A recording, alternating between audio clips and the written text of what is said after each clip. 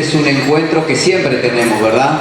No es que es algo nuevo, siempre lo hacemos como iglesia y esto lo quiero aclarar solamente, sino que hoy lo hacemos ya con un énfasis porque estamos todos unidos, venimos ya preparados y cuando usted le da nombre a algo, eso lo identifica, eso uno lo empieza a asumir. Entonces hoy nos reunimos con un propósito. ¿Cuántos dicen amén? Nos reunimos con el propósito de encontrarnos en Cristo, de encontrarnos hoy en el Señor, de encontrarnos en su casa, pero también con el propósito de adorar su nombre, con el propósito de exaltarle, ¿verdad? Y también con el propósito de habitar en comunión los unos con los otros y desarrollar y perfeccionarnos en el amor del Señor. Por eso yo le invito a que se ponga en pie.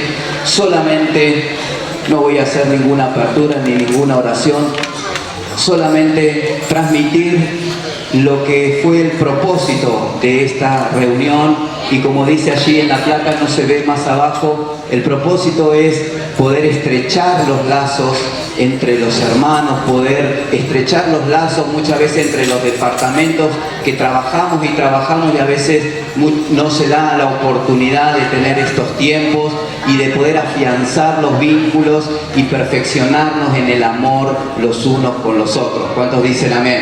Y esto nació en una palabra solamente que dice que todos los que habían creído en Cristo Jesús, estaban juntos y tenían todas las cosas en común y perseverando unánimes cada día en el templo y partiendo el pan en las casas, comían juntos con alegría y sencillez y alabando a Dios, teniendo el favor con todo el pueblo, y el Señor añadía cada día a los que habían de ser salvos. Esto fue lo que dio origen, así que yo le invito a que le dé un fuerte aplauso al Señor y vamos hoy a tener este tiempo en la presencia del Señor. Pero antes de empezar, solamente quiero invitar a nuestro pastor que él pueda hacer la apertura y pueda orar para dar comienzo.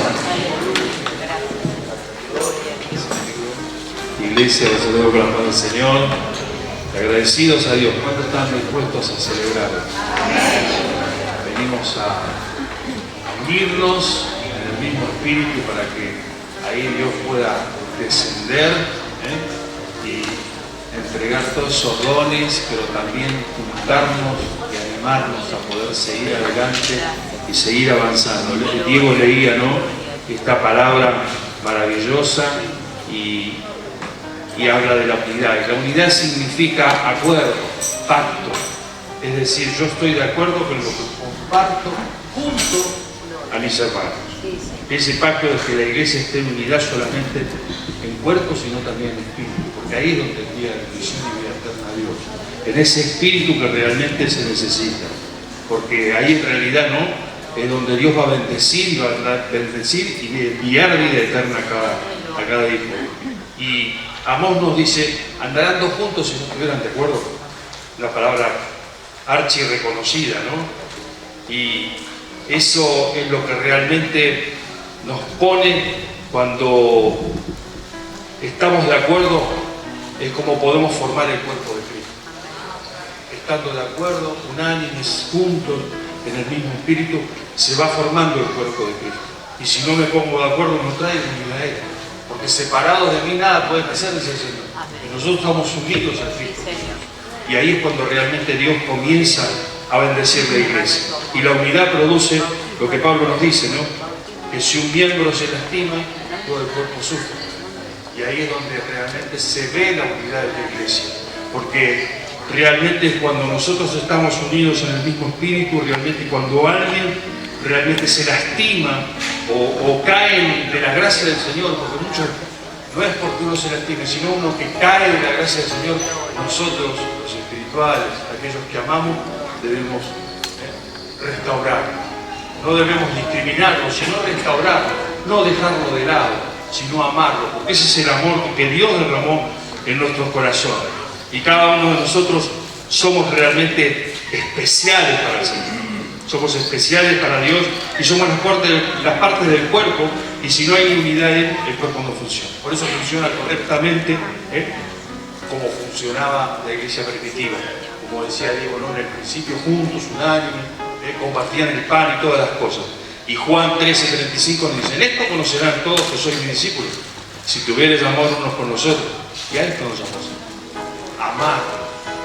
amarnos, estar unánimes, juntos, compartir todas las cosas y tener todas las cosas en común, amarnos los unos a los otros. Por eso, qué bueno que es poder disfrutar de esta noche, disfrutar de todo lo que Dios realmente preparó para nosotros, estar dispuestos juntos a recibir todo lo que Dios preparó para nosotros, gozarnos, alegrarnos en nuestro Dios. Vamos a orar al Señor, entregar esta reunión en sus manos para que realmente Dios pueda descender con su Espíritu y pueda bendecir a cada uno de los que estamos en este lugar y aún a los que están viniendo en camino. Que el Señor los guarde y que cuide. Padre, en el nombre de Jesús, Señor, estamos juntos ahora aquí en este lugar, unánimes en el mismo Espíritu, Señor Padre Santo, para ser bendecidos por ti. Que puedas derramar de tu gracia, de tu amor, de tu gloria, Señor Padre Santo. Porque ahí es donde tú, Señor Padre Santo, envías la bendición y la vida eterna. Que cada uno de nosotros aprendamos a amarnos como tú nos has amado, Señor.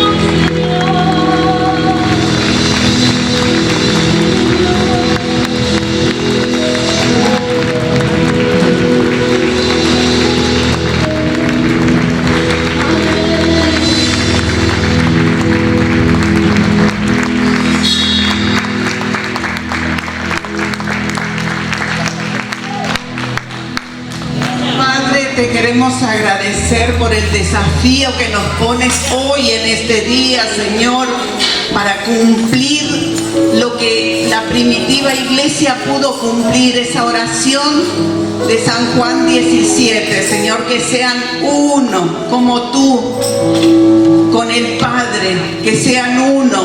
Gracias, Señor, por esta iglesia que nos desafía. Saludo con la paz del Señor. Pueden tomar sus asientos. Realmente lo que el Señor quiere hacer es lo que está en su corazón, es lo que Él nos está mostrando a través de esta palabra de Hechos de los Apóstoles, capítulo 2 de este libro tan hermoso, donde vemos una iglesia gloriosa realmente. Bueno, quiero leer el verso 42 del capítulo 2, el verso 42, porque ahí encuentro unas características de la primera iglesia. Solamente en ese verso 42 encuentro 4 cosas. Realmente vamos a permitir que la palabra del Señor obre en nuestra vida, porque ella es espíritu y es vida. Ella puede hacer en nosotros lo que el corazón del Padre anhela, que es que seamos uno. Dice, y perseveraban en la doctrina de los apóstoles, en la comunión, en el partimiento del pan y en las oraciones. Dice que perseveraban. Perseveraban, dice, en la doctrina de los apóstoles, es decir, en la enseñanza. Era una iglesia que quería aprender, que le gustaba ser enseñada. Esto quiere decir, buscaba esta iglesia ser instruida en la verdad, en el conocimiento de nuestro Señor Jesucristo. No quería ser entretenida, sino instruida. Para no ser confundido, para no ser engañado. Como nos dice las Escrituras, de cualquier viento de doctrina. Entonces, ellos dicen que perseveraban en la doctrina de los apóstoles. Ellos no solo venían a la iglesia, eran parte y funcionaban como cuerpo. Eran parte. Qué hermoso esto. ¿Sabe que lo que yo encuentro en esta iglesia? Que daban mucha importancia a las cosas espirituales, porque entendían que las cosas espirituales, las cosas del Espíritu son lo que sostiene la vida de la iglesia. Y ellos lo habían entendido, por eso perseveraban en la doctrina de los apóstoles. Una persona instruida en la verdad, en el conocimiento de la verdad, no va a ser engañada. No va a ser engañada porque conoce la verdad. Y más en estos tiempos. Pero también dice que perseveraban en la comunión. Ellos tenían esta comunión y estaba basada en la ley de Cristo. En la ley de Cristo estaba basada esta comunión. No es porque quiero estar con tal hermanito, me gusta estar con tal o cual. No. Estaba basada en la ley de Cristo. La ley de Cristo nos habla ahí en Gálatas, dice, ayúdense a llevar los unos a los otros las cargas y de esa misma manera cumplan así la ley de Cristo. Es decir, se sostenían, se ayudaban, y así cumplían la ley de Cristo. Entonces, esa comunión estaba basada en eso, en que ellos tenían que sostenerse, tenían que ayudarse, se ayudaban. ¿Y qué es la ley de Cristo? Es el amor demostrado, como decía esta canción. Si no nos hubiera traído a Cristo, ¿dónde estaríamos nosotros ahora? ¿Y habrá otro lugar mejor que estar en Cristo? No existe otro lugar. ¿Y por qué Él lo hizo? Nadie puede creer que nos merecíamos. Solo fue por amor. Entonces, esa ley de Cristo es el amor al prójimo. Amor a Dios por encima de todo, y luego amarás a tu prójimo como a ti mismo. Tenía estas dos cosas en común esta iglesia. Todas las cosas en común. Por eso tenían comunión. Esta iglesia tenía común acuerdo, como se leyó aquí en este inicio. Y no solo en el conocimiento, sino que qué hermoso es conocer, pero no alcanza a conocer solamente. Ellos tenían vivencia.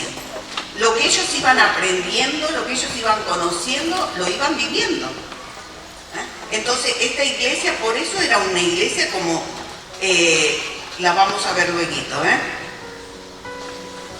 esta iglesia entendía lo que Jesús dijo: si alguno quiere venir en pos de mí, ¿qué tiene que hacer?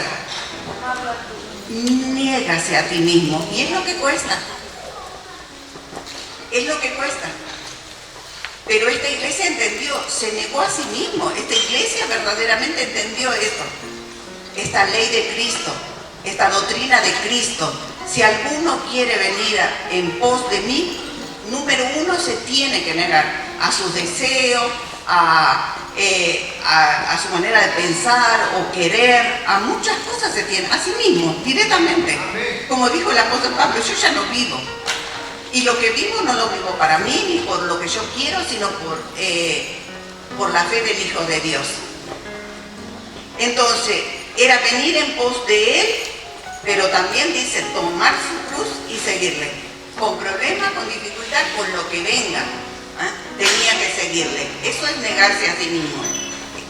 Entonces, esa es la doctrina de Cristo, negarse a sí mismo. Porque hoy usted va a ver que muchas de las doctrinas tienen que ver con la exaltación del ego, con la exaltación de la persona, con el bienestar, con lo que le gusta a la persona. Si no me hacen sentir bien, pero aquí no. Cristo jamás alimentó el orgullo ni el ego de nadie. No lo hizo. Dice que también, otro, número 3, perseveraban en el partimiento del pan. Perseveraban en el partimiento de pan. ¿Qué significa esto? Que se invitaban a comer a las casas. Porque usted sabe que cuando uno en una mesa o cuando va a una casa se puede relacionar mejor, puede conversar, ¿no es cierto?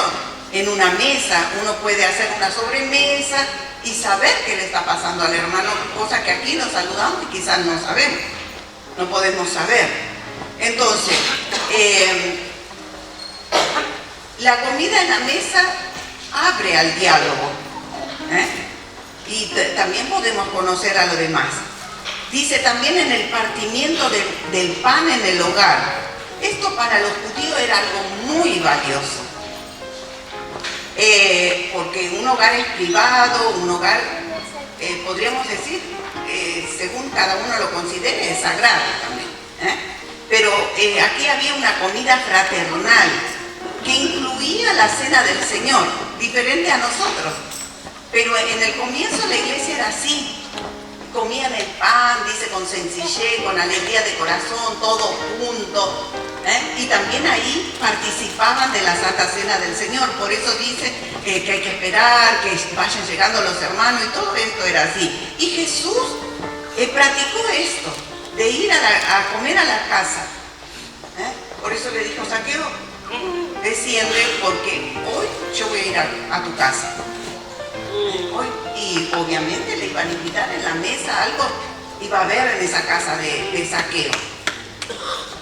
¿Y qué pasó en eso? ¿Qué pasó en la casa de Zaqueo? Cuando Jesús fue el que se invitó y le dijo: hoy es necesario que yo vaya a tu casa. Hubo salvación. Hubo salvación. Porque le dijo: hoy ha venido la salvación a esta casa. Hubo salvación. Mire que esto lo hacía el Señor para relacionarse de una manera más íntima. Pero también le dijo, también el Señor tenía a Lázaro, la casa de Lázaro, le dijo a Simón: Simón, me invitaste a tu casa, y Simón no había estado atento, como tenía que ser atendido a alguien que llegaba a la casa. No me lavaste los pies, bueno, le empieza a decir, ¿no? Pero Jesús estaba en la casa, y Jesús iba a la casa de Marta, María, Lázaro, y usted ve que María cómo lo quería atender. Bueno, nosotros estuvimos en Santiago, estuvimos en el Chaco, pero estuvimos en la casa de una hermana que nos invitó. Y fue tan hermoso ese momento, qué sé yo, a las 11 de la noche, el pastor Sanabria, Dorval, andaba buscando regalo para traerle a sus esposas. Y Marcelo también, por estar en esa casa, todos han sido bendecidos. ¿Quién ha sido bendecido? El hombre de la casa, porque yo apenas llegué sentí de orar por la cabeza, por el esposo de la hermana que nos invitó.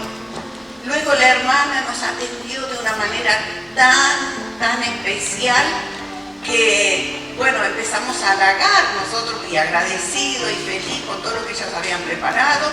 Y de ahí nomás empezamos la conversación y a relacionarnos y a decir, así que a esa hora hasta una persona que quizás no vendía tanto, vendió, a ver, como 4 juegos de cubiertos.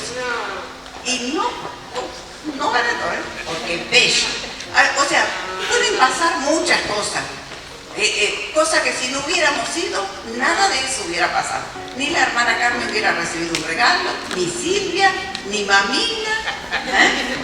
Y bueno, los pastores no hubieran gastado, pero no hubieran sentido feliz cuando ven a sus esposas que ellos llegan con un regalo, lo van a mandar de nuevo, van a querer que salgan a servir al Señor si vienen así con un regalo. Entonces, pero hay bendición, hermano. Ahora los judíos, al compartir el pan en sus mesas, para ellos era muy especial, no era, bueno, te invito, voy a pasar un rato, vamos. No era así para ellos. También, ocurría algo muy especial en su vida porque se consideraban ellos honrados, pero a su vez ellos honraban a los que invitaban. ¿Y sabe qué? También esto era una muestra que si algo había, se perdonaba. Había perdón de por medio.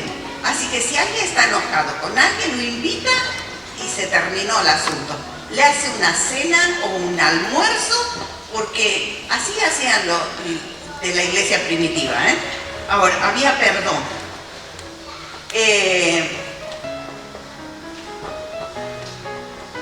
Ellos también dicen que perseveraban en la oración.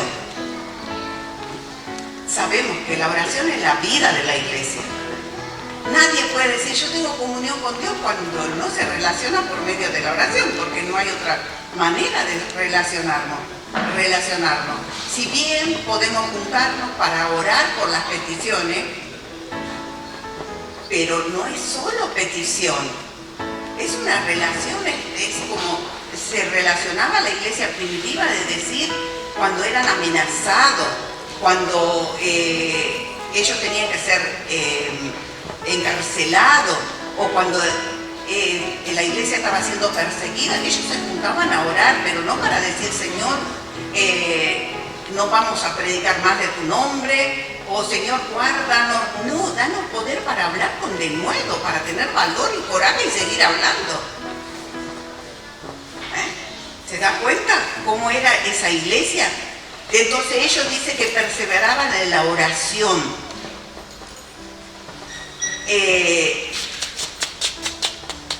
Y también era una iglesia poderosa, obviamente individualmente como la persona, o así como iglesia, como cuerpo de Cristo, una iglesia que ora es poderosa, es poderosa. Individualmente una persona que no ora va a ser débil en la fe, va a ser débil en todo, va a ser afectado por mínimas cosas, pero si tiene una vida de oración, de relación con Dios, una comunión con Dios, va a tener comunión con todo. Cuando descuidamos la comunión con Dios, tenemos problemas con los demás. Y a veces con uno mismo. No, hay personas que, ¿cuántas veces yo escuché? Ni yo me aguanto. Claro, porque se trata de esa comunión con Dios que te da paz, que Él es el centro. Eso es maravilloso. Entonces esta iglesia era poderosa. ¿Sabe que ella no se sentía digna de sufrir por la causa del Señor? ¿Cuánto estamos nosotros dispuestos a sufrir? Y ellos decían, no soy digna de sufrir por la causa del Señor. No se sentían dignos. Es más, era demasiado honor demasiado honor para ellos que, o sea, lo llevaran a la autoridad, le dieran unos cuantos azotes y lo largaran. Decían, esto es una honra muy grande. Dice que se sacudían, o también cuando a Pablo lo dejaban como muerto, lo levantaron y siguieron predicando así. Pero dice, esto es demasiada honra, que me castigue por tu nombre, Señor, que me tengas por digno de sufrir, que me hayas elegido a mí para completar los padecimientos del cuerpo de Cristo. Entonces, esto tiene que tener un nivel de relación, de entrega al Señor para decir esto. ¿No cree usted así? ¿Quién dice es demasiado honor que me corrijan? ¿Quién dice es demasiado honor que me arreten? Y bueno, ni hablar si alguien lo castiga. ¿No es cierto? Bueno, así era esta iglesia primera, la primera iglesia. Dice,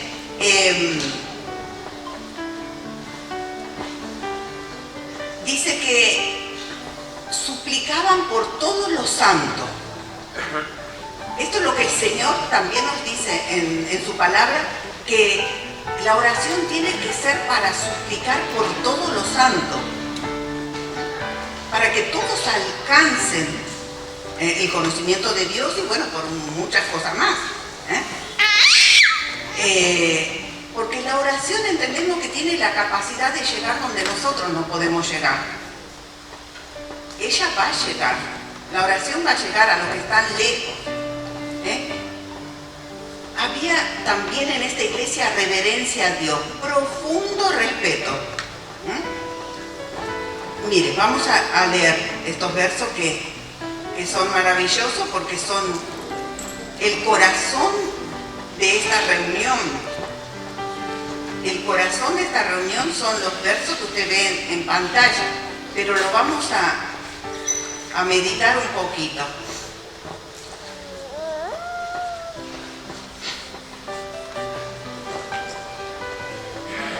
Dice, entonces caía temor sobre toda persona, pues se habían hecho muchos milagros, señales por medio de los apóstoles.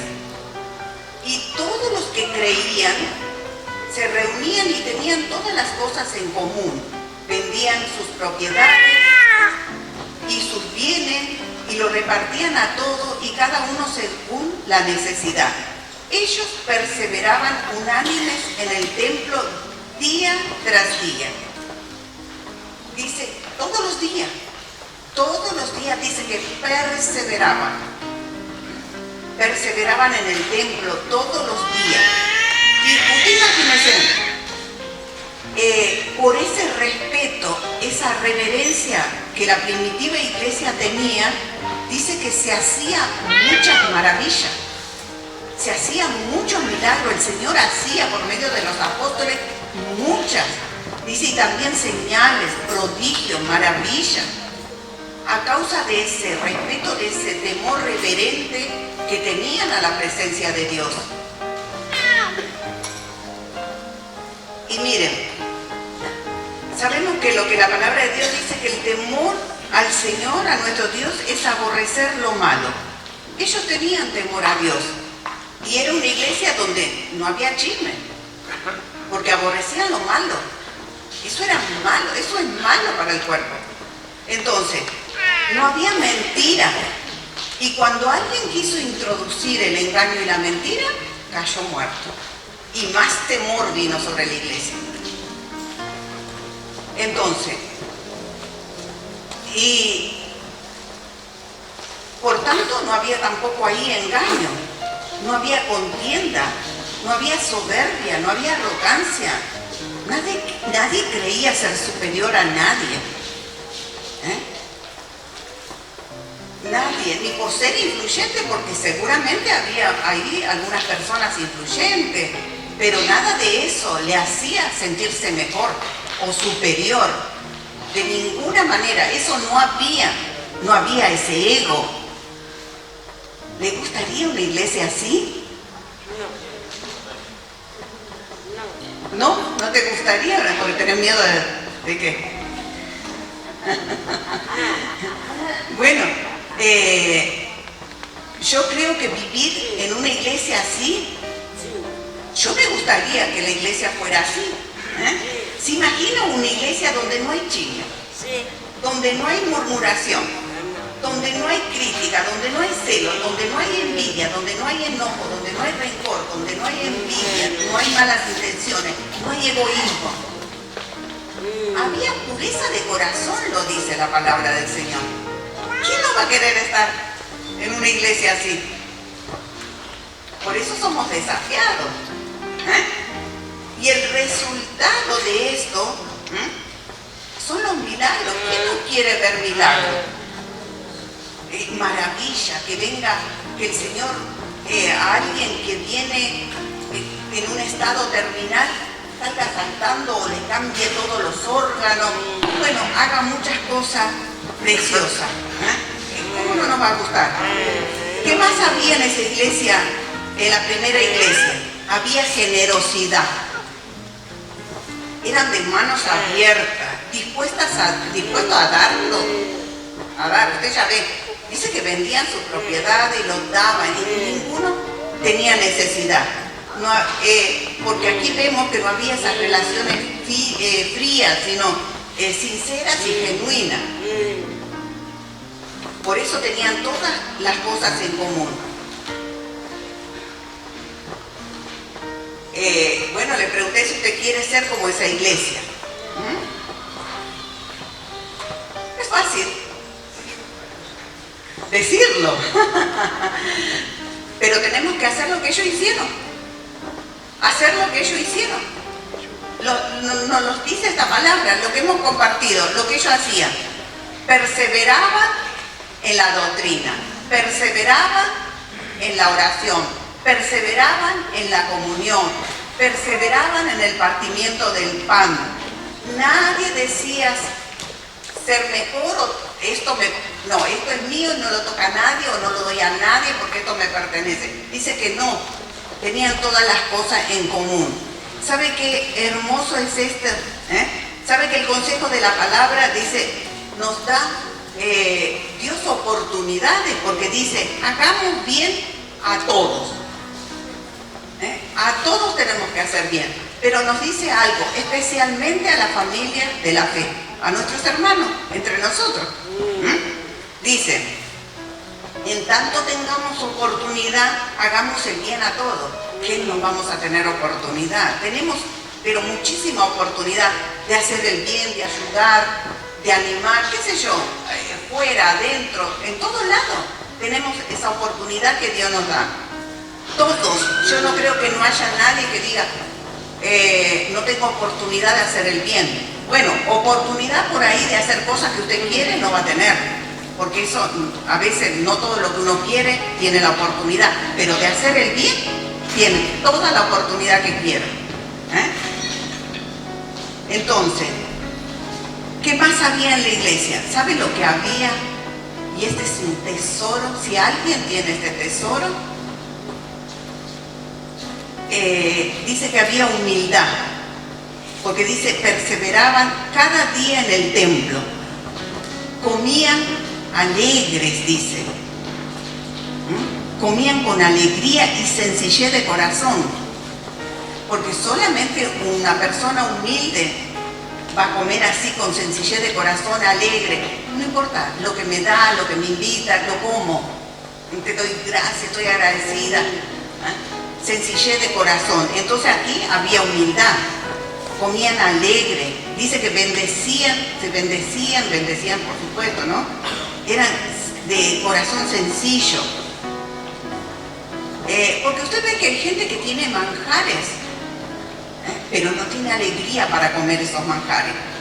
Come, pero quizás en la mesa contienda, pleitos, se enojan, se levantan la mesa, dejan todo. Y bueno, y no digo más, puede acontecer cosas peores, violencia y cuantas cosas. Pero aquí, esta iglesia, con sencillez, con alegría comían. No sé qué comían, pero comían con alegría. Y Y esto es una bendición tan grande, poder estar en la mesa y lo que Dios nos haya provisto, comerlo con alegría, así con sencillez de corazón, y no con contienda, con enojo, con queja, no.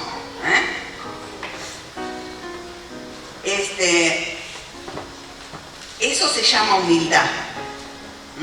Eso se llama nada de arrogancia, nada de prepotencia, nada de querer sobresalir, nada de superioridad, nada.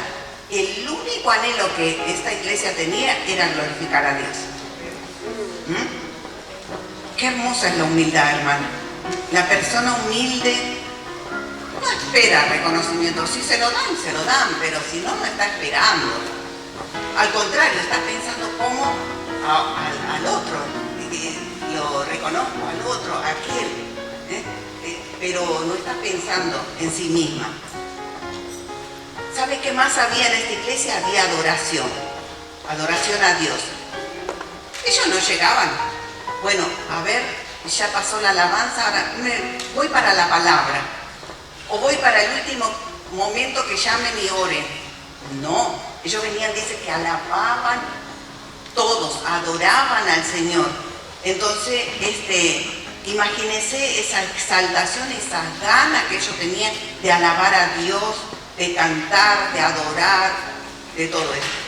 Y la mayor adoración era lo que ellos vivían, esa comunión, ese amor, ese cuidado que tenía, esa era la mayor adoración, porque esa entrega, esa renuncia de sí mismo era la mayor adoración. Y dice que el Señor añadía cada día lo que habían de ser salvos. Ellos estaban todos los días en la iglesia, pero el Señor añadía cada día. No dice que añadía uno por día, no, añadía lo que habían de ser salvos. No sé cuánto por día añadía. Pero imagínense por tener estas características y vivir esta vida en la ley de Cristo, ellos ni siquiera tenían que salir a evangelizar porque la gente quería venir. Si se enteraban de los milagros, se enteraban cómo ellos eran, cómo eran alegres, y bueno, todo eso, y querían venir. Si hoy no hay alegría en este tiempo, vemos cómo el mundo está, las personas están totalmente estresadas, y bueno, y todas estas situaciones que se viven. Pero ellos, todo esto no eran momentos fáciles, pero estaban tan llenos de Dios, tan rendidos a Dios, que se habían negado a ellos mismos, que tenían todo esto, tenían mucha alegría, y el Señor añadía lo que iban a ser salvos. Porque ellos no venían solamente, sino que eran parte. Mire, si uno por día nos añadiría el Señor en esta casa, tendríamos a fin de año 300 y pico de hermanos tendríamos. Ahora, conclusión. No solo tenemos que venir a la iglesia por una reunión, o la próxima reunión, o a ver cuándo hay otra, no. Tenemos que ser parte de la iglesia, porque somos un cuerpo. ¿Quieres ser parte de la iglesia? ¿O solo quieres seguir asistiendo a la iglesia hasta la próxima reunión o hasta el próximo evento? Ser parte de la iglesia es tener un alto nivel de compromiso. Como esta iglesia tenía un alto nivel de compromiso, no en algunas cosas, en todas las cosas.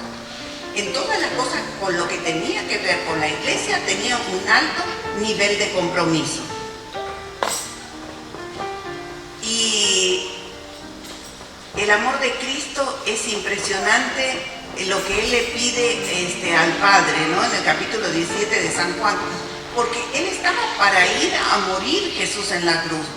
O cuando uno va a pasar por una operación, o no sé, ¿qué hace uno? Ora por uno y pide oración por uno. ¿Sabe que Él no oró por Él en ese momento? Oró por los que ya eran de Él, por sus discípulos y por los que habían de creer por la palabra de ellos. estaba tan preocupado, de que fueran unos en Él, uno con el Padre, como yo con el Padre.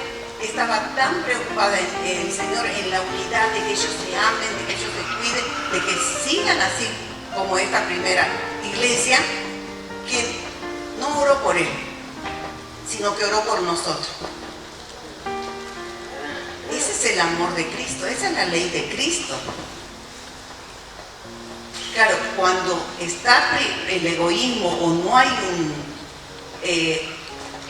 una renuncia a uno mismo, va a ser siempre primero yo, después yo y siempre yo.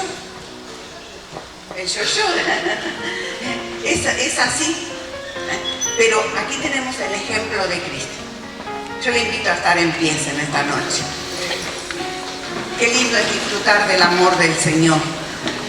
Qué lindo es disfrutar de la familia, pero de la familia de la fe, en la que vamos a vivir eternamente.